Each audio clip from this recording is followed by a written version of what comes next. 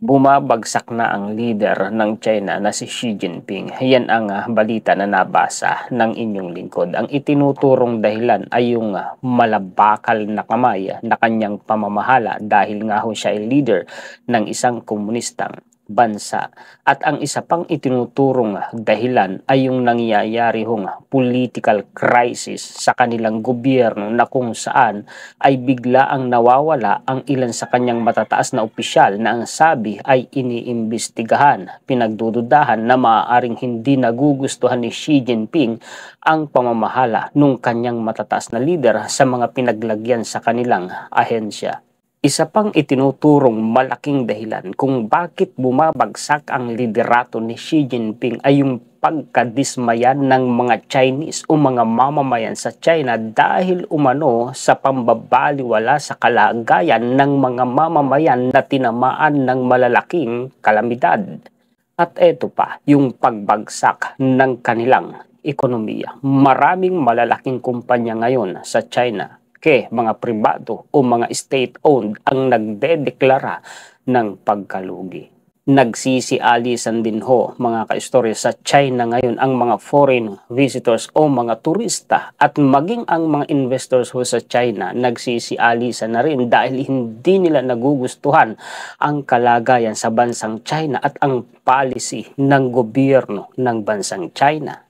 Dalawang magkasunod na bagyo ang nanagasa sa China na nagdulot ng malakihang pagbaha sa bansang ito. Kawawa ang mga mamamayan sa China. Marami ho ang nagugutom nung panahong iyon na sila ay binabaha at wala silang natatanggap na tulong mula sa gobyerno. Wala umanong rescue na dumadating mula sa gobyerno at yun ay nagiging dahilan ng malaking pagkadismaya ng mga mamamayang Chinese. Lahat ng bigat ng mga dagok na yan, ang bagsak niyan ay sa balikat ng leader o ng pinuno ng gobyerno ng bansang China na walang iba kundi si Xi Jinping. May mga nagdududa rin ngayon mga kaistorya tungkol ho sa kalagayan ng kalusugan ni Xi Jinping. Ang ilan ay dinadaan na lang sa mga meme pati na yung kanilang mga pagdududa pero ang lahat ng iyan ay maaaring may dahilan at maaari ring totoo.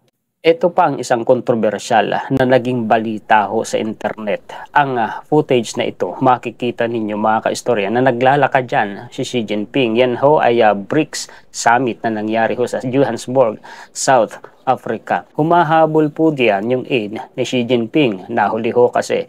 Pero pagkapasok ni Xi Jinping sa pinto ay hinarang ho ng mga security guard yung aide ni Xi Jinping. Ngayon, nung napansin ni Xi Jinping na wala yung kanyang aide, lumingon siya.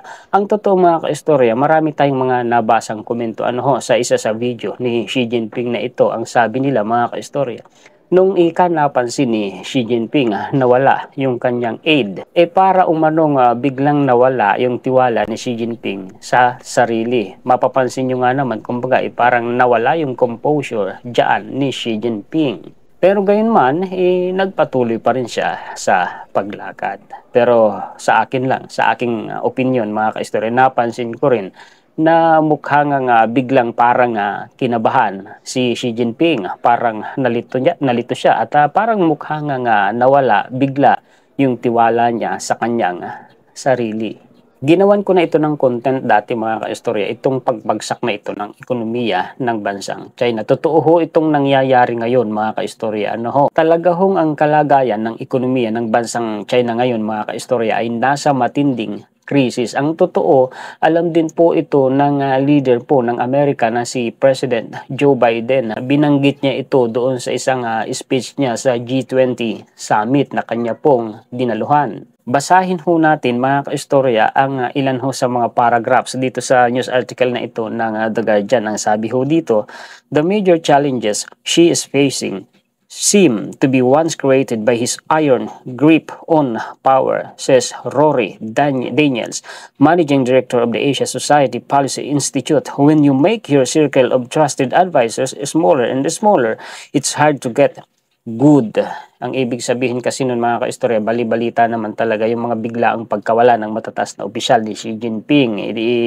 Iniimbestigahan umano, may pagdududa pa na under house arrest o kaya nakakulong o kaya naman ay bantay sarado habang iniimbestigahan kaya biglaang nawala sa mata ng publiko. Iyon mga kaistorya ay iniuugnay sa pagdududa umano ni Xi Jinping o pagkawala umano ng tiwala ni Xi Jinping sa mga opisyales na binabanggit. May latest nga po mga kaistorya na balita na isang mataas ulit na opisyal ng China ang nawala bigla sa mata ng publiko. So ang binabanggit dito mga kaistorya, yung ganun ika na pagkawala ng tiwala o pagdududa, tinatanggal ng tinatanggal, pinapalitan ng pinapalitan, lumiliit ng lumiliit o umuunti o kumukunti ng kumukunti yung mga taong pinagkakatiwalaan ni Xi Jinping at hindi maganda ang epekto nun sa liderato ni Xi Jinping. Humihina yung kanyang liderato. Nakakatawag din po ng pansin mga kaistorya yung malaki hong bilang ng mga newly graduate na college o mga kabataan sa China na hindi ho mabigyan ng trabaho ng gobyerno ng China. Nabanggit din ho yun ni President Joe Biden ng Amerika at isa pa rin hong dahilan mga kaistorya kung bakit ho nagkaganyan ang kaguluhan sa liderato ni Xi Jinping ay yung nangyaring strict zero COVID policy ng China kung saan sunod-sunod yung lockdown sa kanilang bansa at matagal yung kanilang lockdown. Apektado yung mga mamamayan at mga negosyo doon sa China, natural sarado, di walang kita yung mga negosyante at maging yung mga mamamayan hindi pinalalabas, marami pong nagugutong. So yun po ay nagdulot po ng pagkagalit ng mga mamamayan. Yun ang umpisa ng pagkawala po ng gana ng mga Chinese sa liderato ni Xi Jinping.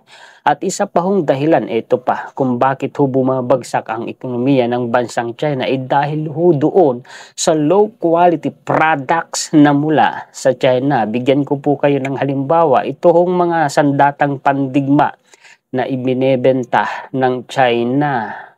Low quality po. At isa po sa napagbentahan po nila mga kaistorya na naka-encounter po ng low quality na ito, ay ang bansang Myanmar at Pakistan. Basahin ko po sa inyo ang news article. Sabi po dito, China's arms export face sharp decline due to defective quality and reliable performance. Analysts, basahin ho natin, Beijing, China's arms exports have declined due to poor quality. Mahina ho ang quality and weak and inconsistent performance which puts buyers countries in peril. Namumroblema yung mga nakabili sa kanila. In the last decade, China's weaponry exports have dropped by nearly a quarter. Ito po, Myanmar expressed concern about the low accuracy of the radar on the Chinese jets it purchased. Due to technical issues, Myanmar grounded the majority of Chinese jets.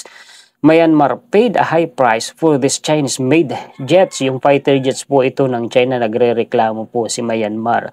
But they were still in need of repair 4 years after they were delivered, directors reported. Ito po ay ang bansang Pakistan. Due to maintenance issues, Nigeria pati Nigeria pala, was compelled to send 7 of 9 Chengdu F-7 fighters to China. Ito pa, Pakistan, China's all-weather ally, also encountered problems with Chinese-made Navy warships. The F-22P frigates had various technical issues including engine degradation, faulty sensors, and the missile system's inability to lock on the target, the directors reported. Well, alam naman natin lahat na talagang ang produkto ng China, low quality talaga. Alam natin kahit nga po dito sa bansa po natin, ang dami mga substandard, lalo na po yung kanilang mga produkto na pang construction. Alam ho yan mga kaistorya ng mga eksperto po sa larangan po ng construction industry. Talaga hong mga substandard mula sa bakal, sa kahoy, sa lahat. Substandard talaga, low quality talaga ang mga China products. Ano ho, maging sa mga damit, lahat halos mga kaistorya. Alam na alam natin yan. Kaya yung mga nagsasabi dyan na Amerika umano, negosyo, yung pagbibinta umano ng mga sandatang pandigma, kaya sila umano yung nagpo-provoke, nagsisimula, nag-i-inflict, o kaya naman nagtutulak sa mga bansa na magdigmaan dahil negosyo ika yan ni Amerika. Sila ika dyan ang kumikita. Malaking negosyo yan ng Amerika. Yun ang sabi nila. Well, yan kasi ay kamangmangan kung sasabihin nilang Amerika lang ang nagninegosyo ng sandatahang pandigma. Okay lang sana kung talagang hindi nila alam kasi mag-research lang sila, malalaman nila. Ang masama dito mga kaistorya kung alam nila. Pagkatapos, ayaw pala nilang malaman ng taong bayan kaya nila sinasabing ganon. Well, ito saglitan lang natin. Ito kasi ang katotohanan mga kaistorya. Maging ang China ay nagbebenta po sa napakaraming bansa ng kanilang mga sandatang pandigma. Ito po yan, basahin ko po.